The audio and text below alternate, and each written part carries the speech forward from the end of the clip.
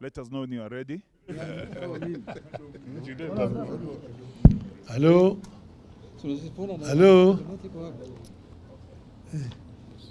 I can see Wanarusi.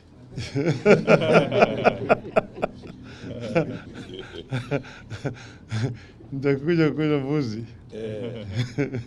Mchinjwa.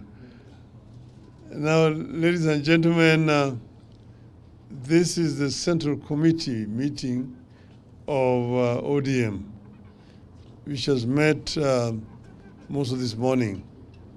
We have discussed several issues, and we have a statement that is going to be read to you on our behalf by the Secretary General of ODM, Honorable Edwin Sifuna. Karibu Mheshimiwa.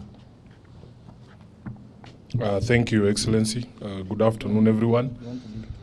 As the party leader has told you, we have had a meeting of the Central Committee. It has been full house, except with the apologies of Deputy Party Leader, Honorable Ali Hassan Joe, who is in Mecca. So this is the statement. We have had a meeting of the Central Committee, which is the top decision organ, making organ of the Orange Democratic Movement Party.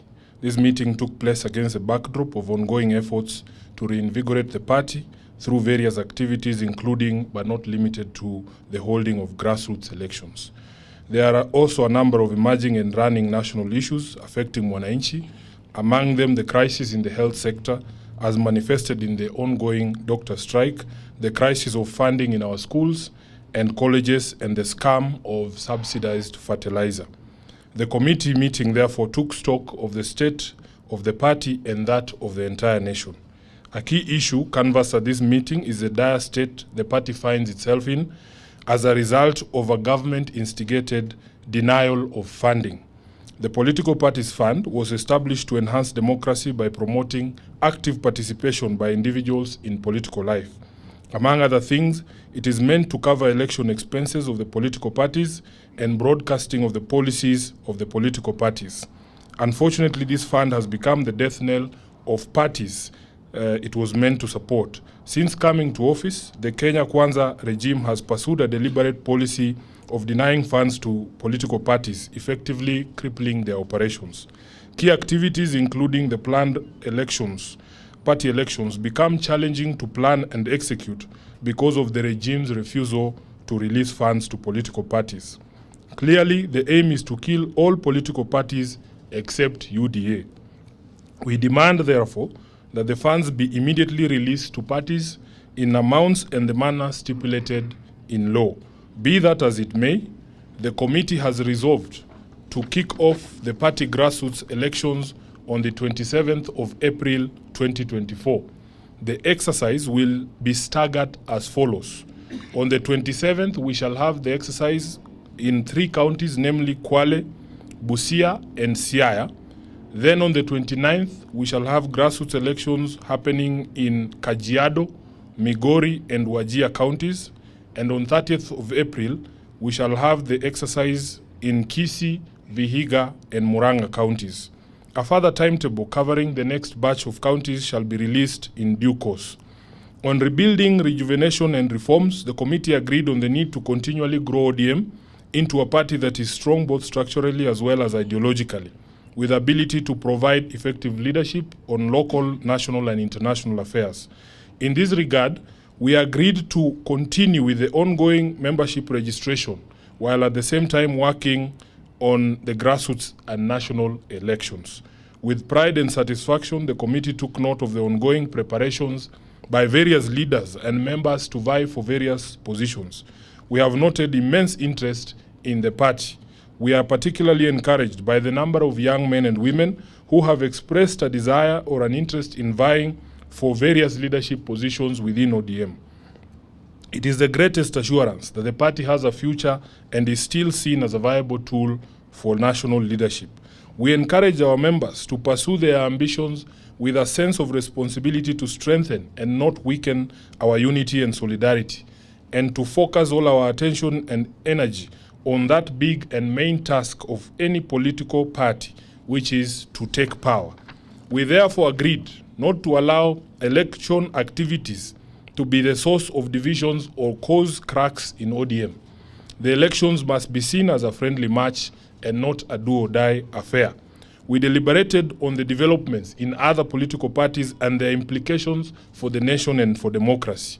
In particular, the committee expressed deep concerns over developments in the UDA party, where public officers paid by taxpayers from all political formations have been appointed as party officials to various organs.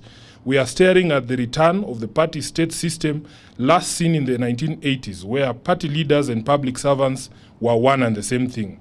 What followed was a youth wing with watchdog or surveillance responsibilities over the entire nation. We take the position that this development is wrong. It is a recipe for chaos and dictatorship and partisanship in the management of public affairs. Consequently, we demand that all those people who have been named as UDA officials must immediately resign from public service. There is no way they will serve two masters, the public and the UDA party. The meeting further noted with concern what appears to be coordinated attempts to derail the implementation of the NADCO report. It is becoming apparent that some, if not all, of these court cases are state-sponsored. If indeed elements in the regime are having second thoughts regarding proposals they signed onto out of their own volition, they should come out clearly to say so instead of sponsoring these cases in court. On funding of education, we are of a view that the government is taking teachers, parents and learners for a ride. To date, the government has not submitted capitation for Form 1s, even as they move to the second term. That means schools have had to find alternative ways to provide tuition, accommodation and meals to thousands of Form 1s. Teachers and parents fear that the Term 1 money may never be submitted and could end up in some people's pockets. Teachers don't deserve this kind of strain. The government must therefore release all capitation money to all schools before they reopen for the second term. We see an equally pedestrian and dismissive approach to the doctors' strike and its impact on ordinary Kenyans. There seems to be neither commitment nor capacity by the government to resolve the matter.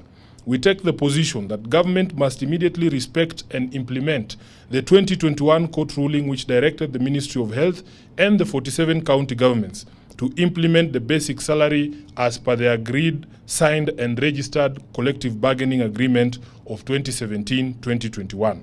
In line with the demands of the striking doctors, the government must ring-fence health finances by operationalizing the Facility Improvement Fund. We support the call by doctors for the government to allocate at least 15% of its budget to health and to devolve the resources to the counties.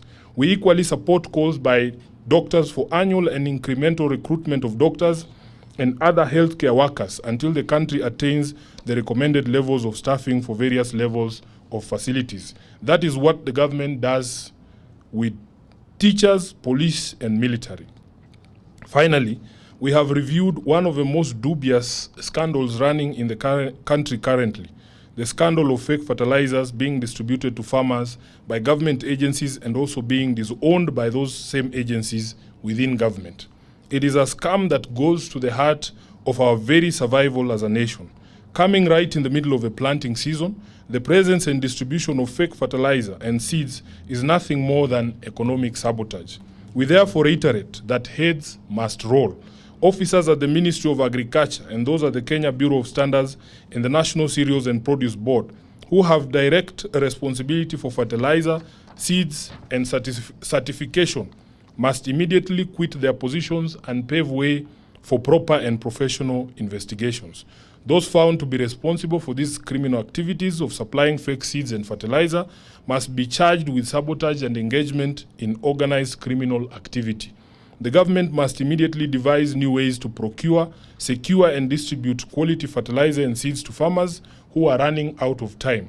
We reiterate that in view of the current delays and confusion over fertilizers, the prices of a product be subsidized further and reduced from the current 2,500 for a 50 kg bag to 1,500 as a show of remorse and apology and respect to our farmers. That is the end of the statement. I am sure it is clear and there will be no questions. Perfect. Look at which.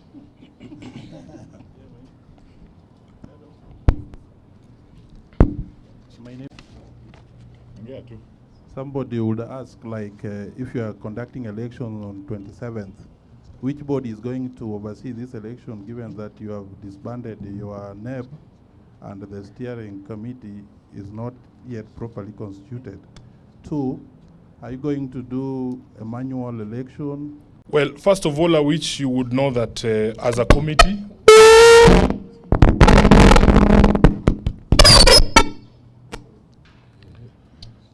yes, the Central Committee did propose certain changes to election management within the party.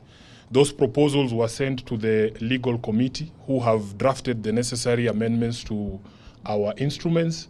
The party will be having its next meeting next week on the 12th for 11th, yes, for adoption of those changes. And thereafter, we will be holding a National Governing Council to adopt those changes. So we have our full timetable to ensure that all of those things are in place before the 27th. Secondly, as to the method that will be used, the rules of the party are clear. All those methods that you have spoken about are actually proper methods of elections in ODM. So the board, the election committee, will be sitting with our members in the regions, because not all regions are the same. They'll be determining which method best suits which region. Any other question? I thank you. I thank you very much. Thank you. We'll get you a copy of the statement shortly.